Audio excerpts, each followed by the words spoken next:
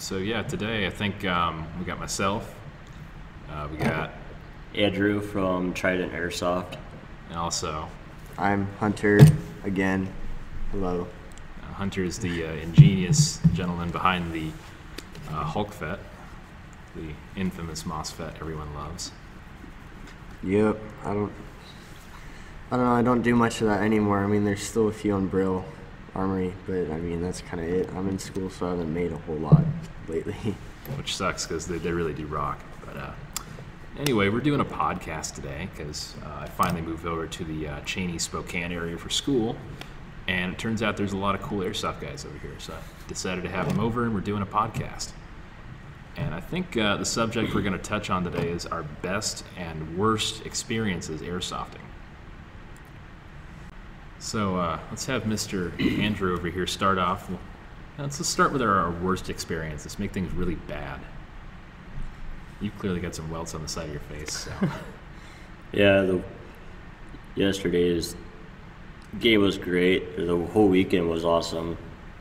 Started out Friday, right? We were doing zombies. We had survivors, and then we had an escort team, which I was on. We had to transport the survivors all the way into the city. We had to figure out how to turn the generators on, get power going. We had to hold off all the zombies for the whole time we can until we complete the objective, and then we had to transport them back to safety. We didn't lose very many people, but the second game we decided to see how they'd do by themselves, and they got to the city, but once they got there, they got completely destroyed. And then we camped out there, so that wasn't bad. It got pretty cold, but most of us sat by the fire the whole night. And then next morning, we had the actual Command and Conquer day, and it starts out as usual with people arriving, getting their stuff ready. We do chronos, and then everybody kind of rest for a little bit, and then we do our safety briefing.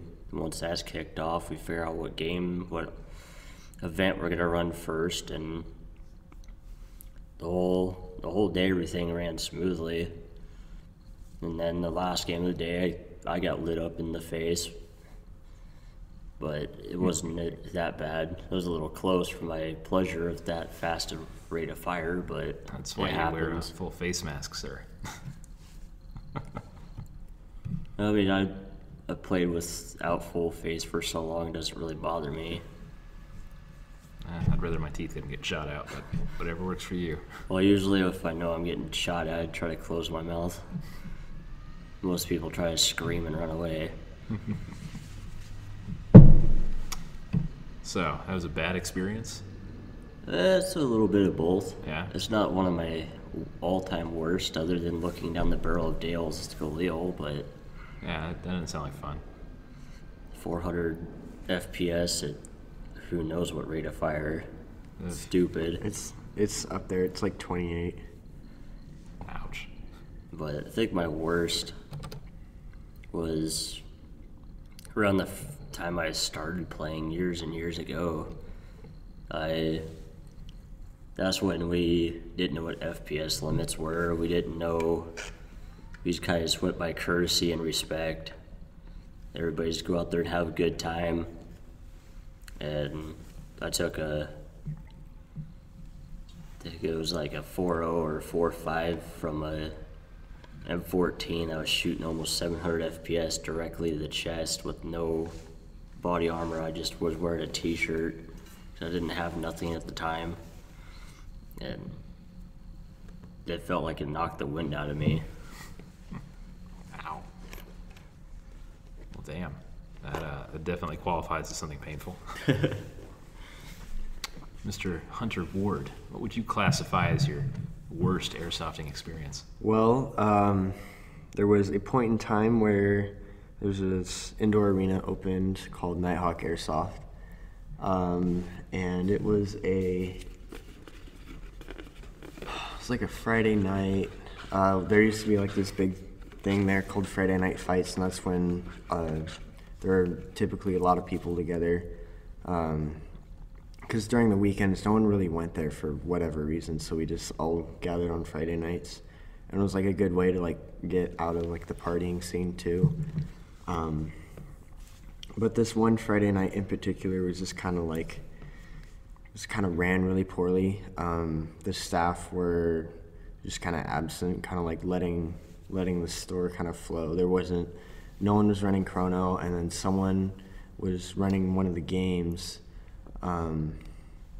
without eye protection on. It was kind of weird, which kind of leads into the story. The person who was running the game, I'm not gonna like name him or anything, but we'll just call him, I don't know, we can call him Dan.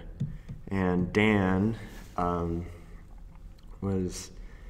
was this little spot where the admins would usually sit, and it overlooks most of the field, and so that's where he was sitting. And it was pretty out of the way, and I don't know why he decided to sit up there without eye protection. I don't know what he was thinking. But a BB like got really close to hitting him or something, and I was looking like right at him like when he reacted, and because I mean he had a pretty loud reaction, so I was like looking up to see what's going on, and he looks directly at me and he yells at me. He was asking if I tried to shoot him in the face and like shoot his eye out, and I obviously did not do that. And at that point there was a paintball gun up there. You can kind of like see where this is going, and you know it's an indoor arena, so all the paintball guns there use reballs, and so there's some reballs on the hopper, and the paintball gun has air, and he cocks the thing up, and I don't know if you know what like reballs are, but it's just a rubber paintball, but they're solid rubber, and they can break bones pretty easy from like close direct hits, especially if they shoot like way over the allowed FPS limit. They can push out tons of energy. And so having that thing kind of pointed at me and like threatened with it, that was really scary. And I went and like talked to the staff, and they were just like, oh, interesting. And they kind of just pulled him out and like didn't ban him or anything. They just kind of like, no, you need to calm down and get out of here and go have a smoke. And that's exactly what happened. And you know, it's not like I was dying, like pretending, or like feeling like I was gonna die, but that's okay. That doesn't sound like a terribly enjoyable story. No. I mean, shouldn't the guy be like banned? He practically threatened severe injury on you. Yeah. That was a few years ago. He doesn't even play anymore, so I'm not super concerned. I mean, a lot of people know who he is. I'm gonna be honest, he's something else. He was cocky, really kind of got on my nerves quite a bit, and he was pretty stupid in general. That figures. Well, you guys have had some pretty not fun events happen in Airsoft. I think as far as my worst event goes, it must have been 6 or 7 or 8 years ago. It was kind of early days of Airsoft when I only had a few guns, and we were out at this field called the Jungle in Marysville, Washington. Great field. Unfortunately, it isn't used anymore because of a number of things that happened. But I had a KWA M4, and it was a really nice gun. It was shooting pretty far, and I thought I knew its capabilities. And anyway, I was lighting this guy up. I swear I was. And he was probably a good 200 feet away, which is right around where the gun dropped. So he had a DMR. After about 3 or 4 mid-caps on my part of laying into him, or at least I thought I was, he turns around and puts a few rounds on me, and I'm well within his range, so obviously I call my hit. I walk over to him and asked, hey, was I hitting you? Was I getting close? And he took it as something personal and kind of a threat, I guess. And you know, it's kind of normal not to call out other people's hits, which apparently he took it as such. And anyway, he drops his gun, takes his face pro off, which is not a good idea.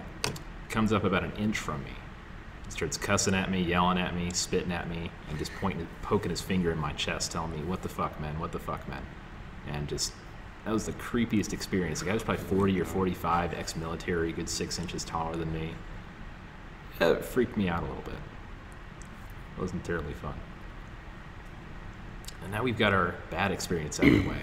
Let's talk about our good experiences. Mr. Andrew, would you care to go first in this category? I don't know. There's too many to share.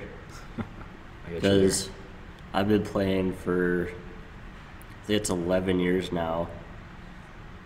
I've had quite a few of the bad experiences, but they weren't so bad that it was harmful to myself or somebody else. But really good stuff.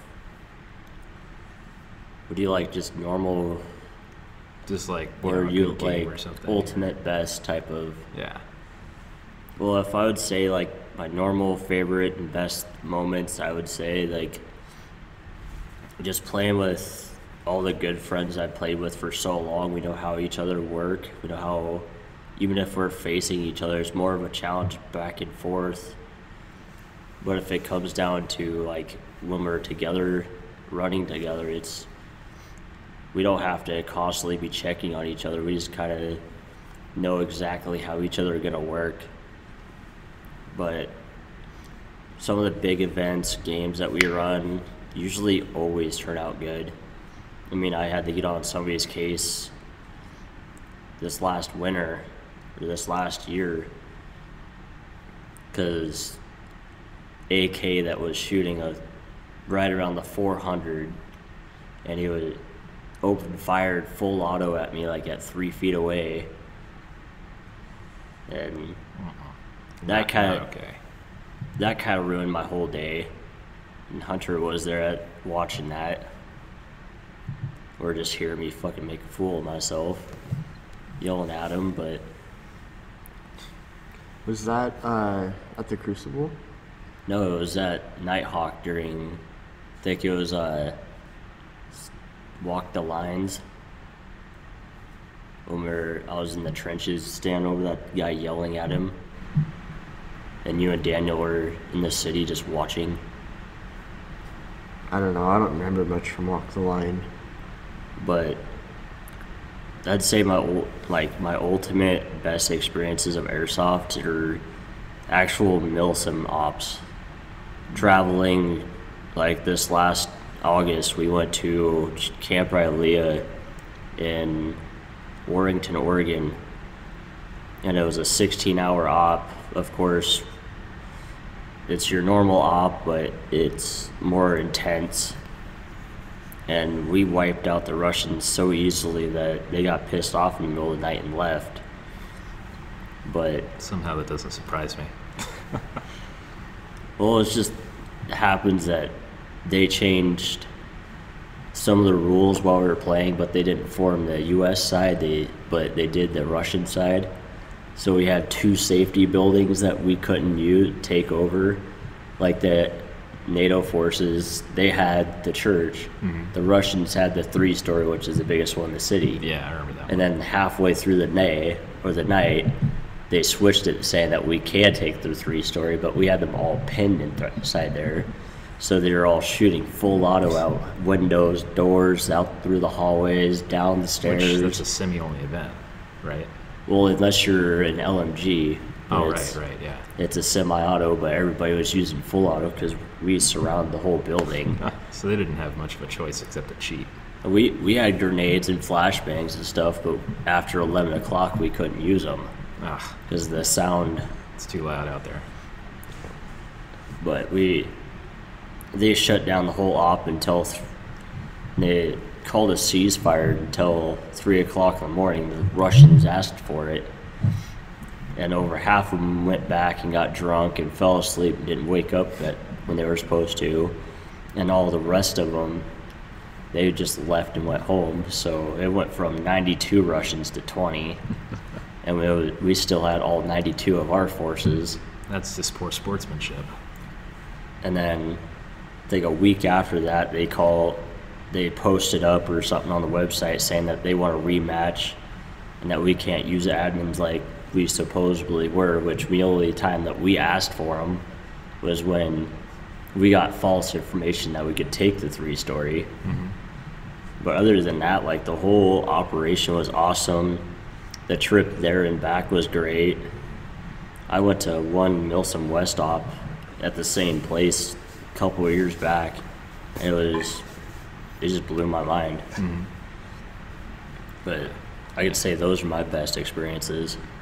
Yeah, definitely Milsim ops are pretty fun. What about you, Mr. Ward? What's your funnest airsoft experience you've ever had? Getting shot at by me. No, I don't think anything. I don't know. Nothing's really gonna match up to the paintball game I went to in May. I went to Super Game 50. That was so much fun. But I don't know. I kind of have to think about it because there's a few games where I've had lots of fun before, and then some. I mean, they're all pretty neutral for me. I guess one of the games that I did have a lot of fun with that kind of like changed airsoft as a whole was I went to Operation Pegasus 9, I think. It might have been 9. I think it was. It was the last time they hosted that game at Nighthawk Airsoft and Paintball. So, I mean, I knew the field pretty well and everything, but the community was much different. I don't know how many people know this, but like in like Spokane or our area, there's two kind of separated communities. There's like the Pegasus Milsim community, and there's kind of the Nighthawk community, and that was the last time like the Pegasus community was like on the Nighthawk field, or it was the last year they were. But the atmosphere there was really nice because it's one of their bigger games, so there's not like that whole like cliquey feel that you kind of get from going to a Pegasus Milsim game. Like usually when you go to those games, it kind of feels like everyone there is kind of friends and everything, and then just kind of there is like a kind of feel like an outsider almost. It's not very welcoming to new players, I feel like, especially since the age limit. You have to be 16 or older to go to their events. I mean, unless you have a parent or guardian. But I had a lot of fun at that game. I played with my cousin. I played with one of my great friends for the last time. And we were all in a squad together. I played with my little brother, and then there were two other friends in our squad, and I made some new friends. We played with this guy named Abel. He's from the Tri-Cities. He's a pretty cool guy, and I can't remember the other person's name, but that game was a lot of fun, especially because of like how structured it was. And then Thunderkiss Northwest was there. I don't know how many of you guys are like on Instagram, but Pacific Northwest Punk was there. It was just a pretty solid event overall, and there was I think there were like 6 guns given away, and they're like nice guns, like not combat machines, but there were some VFCs and stuff like that, so it was a pretty neat game. Sweet. This kind of sounds like Milsim's kind of the big things that people tend to have fun at. I know myself, probably one of the most fun things, games or events I've ever been to was actually a War Sports Rylea. It was probably earlier this year. I want to say like February, or sometime around then. It was a 5-hour Milsim event, and the day went okay. And honestly, I would have had a lot more fun, but I had probably the worst cold I've ever had in my life that weekend, which kind of sucked. So I was like super hopped up on meds playing airsoft, which was kind of interesting. But no, the day game was fun. Got a lot of kills. We pretty much slaughtered the other guys. We were playing as like the militia, if I'm not mistaken. Had myself and probably 7 or 8 other guys. We had like 10 guys total from our area that we all kind of squatted together with. But the night game was one of the funnest events I've ever been to airsoft at. Basically, it was kind of like what you were saying with that 3-story building, having issues with that. Yeah, those guys, our opponents, I don't know what their deal was. I don't even remember the objective for the night game, but me and my buddy Brian, we got into one of those Conex boxes, the 2-story ones, like adjacent to the 3-story one. And we're just sitting there about 20 feet apart out of either side of this thing, shooting out of the windows. And we had those guys pinned on the 3rd story of that building so bad, it was not even funny. And this probably went on for over an hour. And I think I ran out of ammo in my mags and had to reload at least twice because I put so much ammo on these guys. And not one of them called a hit. And I'm within like 100 feet shining a light watching BBs go directly on these guys. And it was just incredible. It was so much fun. Even if they didn't call their hits and they were not supposed to be on the 3rd story of that building by due order of the U.S. military. Should I? If you want to. I don't want to leave right now. No. What's that? Oh, never mind. She's doing something else. Ah. Well, Yeah. Anyway, I mean, I can't wait to go back to another war sports game. I think they're a shit ton of fun. There's one March. This coming March. I have to check that out. What kind of game is it? It's home front. Is it Rallia still, or? Yeah. Okay. March. I don't know. Is it late March or I think so. It is. like spring break kind of time? I might be able to do that one then. Because all of Trident is going. Okay. Yeah, if that's the case, I might have to hit up my guys from back west and see if they want to go. That'd be a hell of a lot of fun. Hopefully they get to use the town. I mean, that's the best part of the place. yeah, that's usually the best part of any field. It's kind of funny. Like, there's quite a few fields that are like really developed in one spot. Like Sniper's Den, like the DMZs. That's kind of the highlight, and it's on 60 acres. But the DMZ's big highlight of the place, and it's not even all that big, I think. And like obviously, like Nighthawk Airsoft and Paintball, there's just a big city. It's not very well developed yet. We're working on that, but I mean, I don't know. We were gonna change that this year, and then the owner just gets slammed with private games for paintball with like company parties and whatnot. And those generate lots of income, and he's not gonna turn that down. Especially with time versus money. Yeah, So. especially with how much he's like made with them. You know, when you make a couple $100 in a day, I mean, it's definitely worth it over trying to put up one building that For day. the paintball D-Day, he made over 15 grand for that one day. Wow. Yeah, there's lots of money in paintball. So, That's news. oh yeah, I mean, a lot of fields just do airsoft as like a thing to just generate more income. I mean, I don't know. There's this swamp in Lebanon, Oregon, or I think it's in Lebanon. The guy that runs that, Shrek, he's a big paintball guy. He travels all over the coast to play paintball, and he just kind of happened to have a really nice airsoft community there, and so he charges, I think it's like $20 for the day. It was a pretty fair price considering the field, actually, and the games he puts on. But they're, yeah, for him it's just another way to like just keep his doors open, and it allows him to work full time on the field because it generates enough income for him. So, yeah, Sweet. just kind of got off topic right there for a sec. But That's all good. I mean, we don't really have a topic anymore. Yeah, we kind of went from the topic. You know, one other thing I kind of thought of we should talk about a little bit is, I know we all kind of have like a gun preference we stick to. Yeah. I mean, everyone knows me as like the MP5 guy. So what about you guys? What kind of, what's your like ideal platform that you kind of stick to more or less? Well, the fact that the M4, M16 really is the base model for the United States military, and I've always found it is to be the most comfortable. Even the real steel ARs or M4s, M16s, the recoil is more manageable. When it comes down to an AK, I've shot a couple of real steel AKs, and I didn't really like the way they recoiled, or instead of the gun recoiling mostly back into your shoulder, it kind of recoils up and to the sides every so often, and it was hard to keep accurate picture of where you're actually trying to shoot.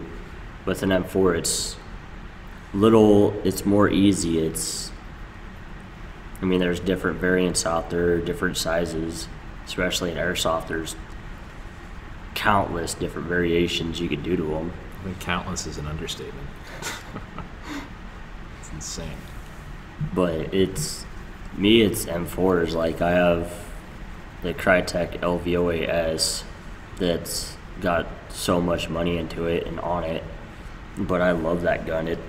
It's still working great out of the box for as long as I've been using it, and the only internal works that is done to it is actually just the air nozzle, the hop up, and then the barrel itself, and it still shoots perfect. And then of course the Echo 1 SR16, the longer version, it was shooting about 400 to 405 for the longest time, and now we put a bunch of compression upgrades into it to put a solid stock on it, because it is, for the barrel and for the barrel length itself and the rail, it's actually classified as an M16 or an SPR, as Hunter wants to say. Not a DMR. I'm But confused. Didn't we have Hunter's that terminology of conversation what on Facebook DMRs about are. that crap a while back? I don't know, whatever. But we put a bunch of SHS high quality upgrades into it, and and the compression on it is just gnarly. It doesn't have any leaks anywhere, so pushed, it's the M120 spring that's originally in it's one pushing it, so I'd be curious on what it shoots. I'm probably 430, without a doubt. My guess is between 430, 435 as it sits. And I want to try to get as close to the 450 without going over it. I mean, if it hits like 440, 445, then that'd be perfect. Because it's still going to be in the DMR range. I can run a marksman roll with it. Right. I have all of the stuff I need to make it a marksman rifle. I have the scope at home, but we used the red dot this weekend because it was still shooting 4, and There you go. it was the T1 red dots are my personal favorite. You can quick acquisition, get targets on site really easily. It doesn't really obstruct your view, but now that it's capable of reaching out longer distances, then I have a 4 to 9 scope on it, so I'll be able to actually use it a little bit better. Nice. But it's the curious and the guessing of the FPS now with all the actual good upgrades into it. Well, hopefully it turns out well. Get that chronoed soon. Mr. Hunter Ward. I'm kind of a hankering for like wannabe. no, there's a lot of guns I do like. I don't want to like pick out like just the red Skittles from the Skittles bag. I want all the The red Skittles. Skittles are the best. No, I want every Skittle. So I kind of have multiple models of various guns.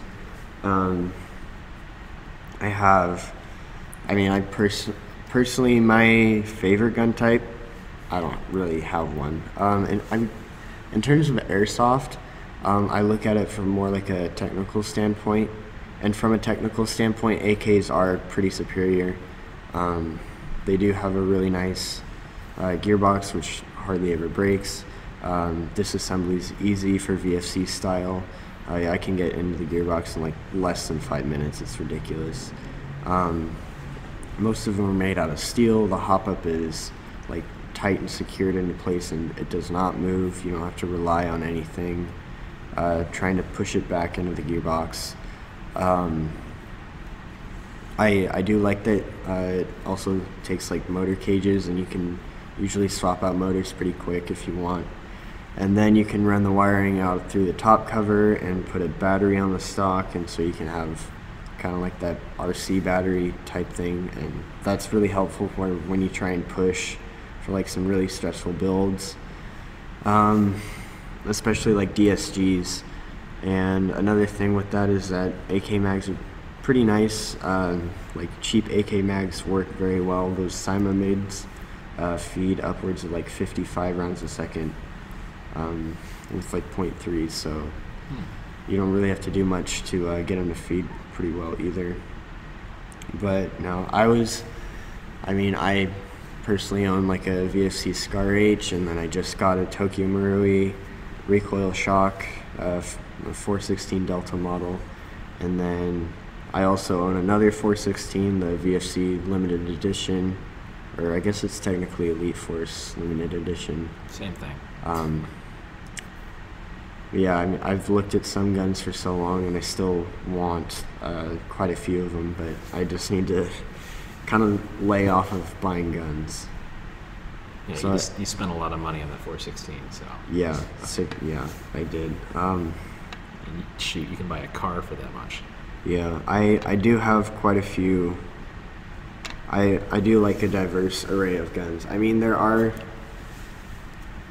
like in general though, the majority of my guns are version 2, and that's mostly like version 2 compatible, like M4s and or 416s, and that's just because the parts availability is really nice, and the support for them is pretty good. And I also personally like the look that they typically offer. I'm not a big, I don't really think AKs look that great without Zenetco rails or anything, so that's just my personal opinion though. I mean, I love AKs myself. I've got the Echo 1 AK700, and it's easily one of my best shooting guns as far as guns that shoot under 400 feet per second. But I think if anyone's watched my videos in the last year, they know I'm a maniac about MP5s. That's an understatement. Yeah, I'm playing personally against them with MP5s. Ego freak. Yeah, I love my MP5s.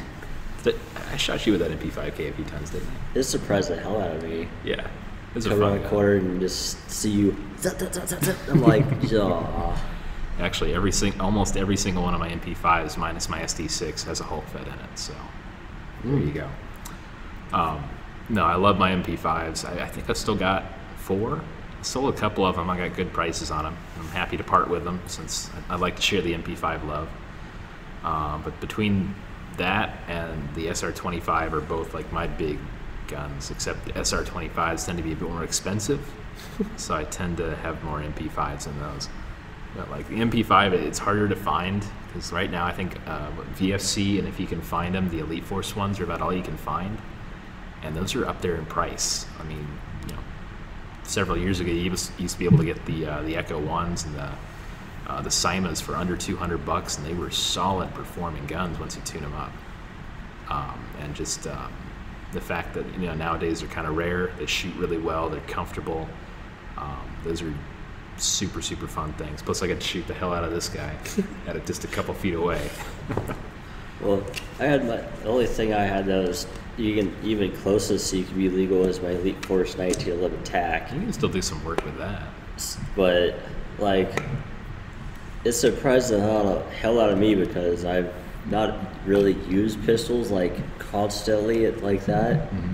Like I'm always used to really short CQB M4s, or somebody just gives me a loaner gun, because I always have guns that are shooting up to 400. Yeah, I think everyone has those. So I was surprised. I was like that I could use my pistol because it said that it was CQB legal. Mm-hmm. But when I actually went in there and tried it out, I realized that I was actually a lot better with the pistol when I needed to be than just try to pull it out and use it when you don't really know. Right. You kind of get into the conversion of when you're just running a pistol, that's all you're relying on, so you get good with it really quick. But there was quite a few times that me and you've swapped back and forth the whole day. I would get you, you'd get me. It was just back and forth the whole day. I miss almost Eagle every Freak now. game. Oh yeah, I remember. I think when you were out at Eagle Freak, I had my Echo One SOB1, and that was the MP5K one. The next game, I actually ended up running a Galaxy MP5K, which I swear is the most fun MP5K for the price out there. And just I put 11 stick battery in it, ran it stock with a Hulkfet, and that thing just like I think it shot about 300, and just put a little Marui tracer on it. And that thing was just, it was scary. People hated it. What I thought it was, because I've watched your videos for quite a while, and all your different reviews, different builds, the different guns that you have, even your reviews on barrels. Like, I was watching them, and we would decide to take a weekend just to go over there and see what the field was like, because it just opened. So me and my brother and JT went all the way over there, and we were chilling out, getting everything ready, and this guy shows up. Didn't even recognize him at first until I was standing over watching everybody shoot out in the trees, and I heard him talk, and I was just like, that sounds way too familiar. And all of a sudden I was sitting there calculating in my head, I'm like, I know where I've seen this, I know where I've seen this, I know this voice. And at first thing it was just like Kilo 1, Kilo 2, 3. I was like, and then you turn around and said something. I was like, oh, all right. I didn't know you lived this close. Damn thing. Dude, I'm literally 10 minutes from that field. It's so funny. It surprised the hell out of me that I've actually got to meet somebody that I've watched on YouTube for so long.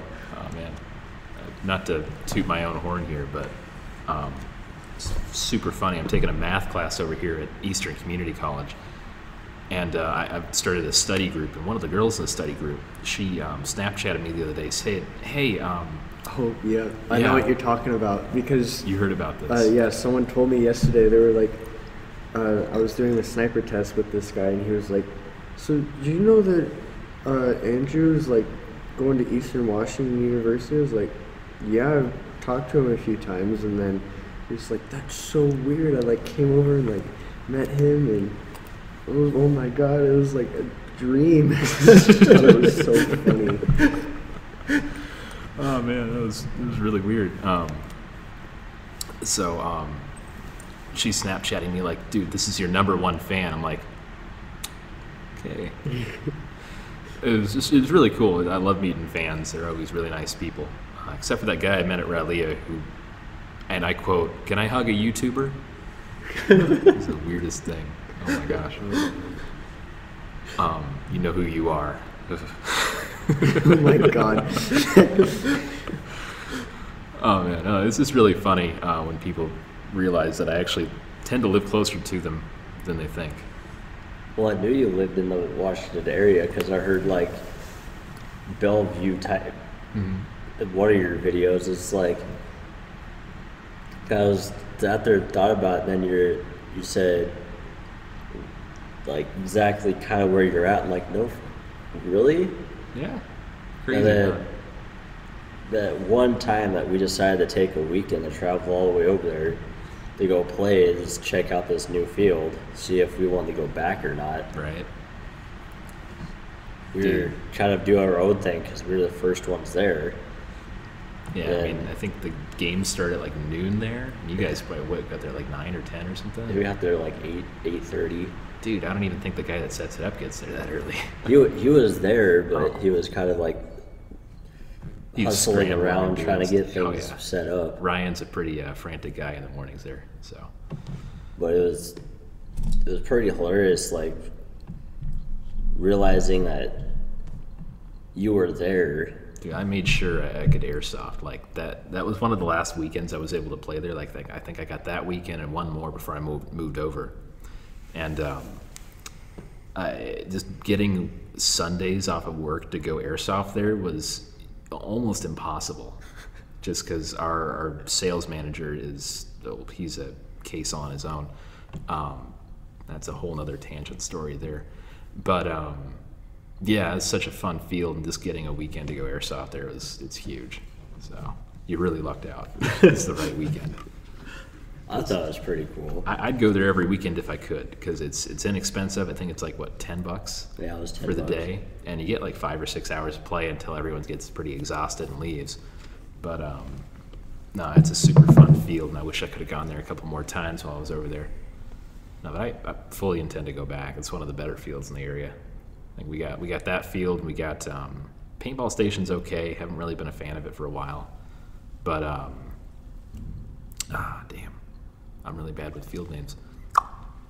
Forest Fire, the field myself and my buddies usually run ref at. Awesome field. You guys would love it. You should try it when you go back out.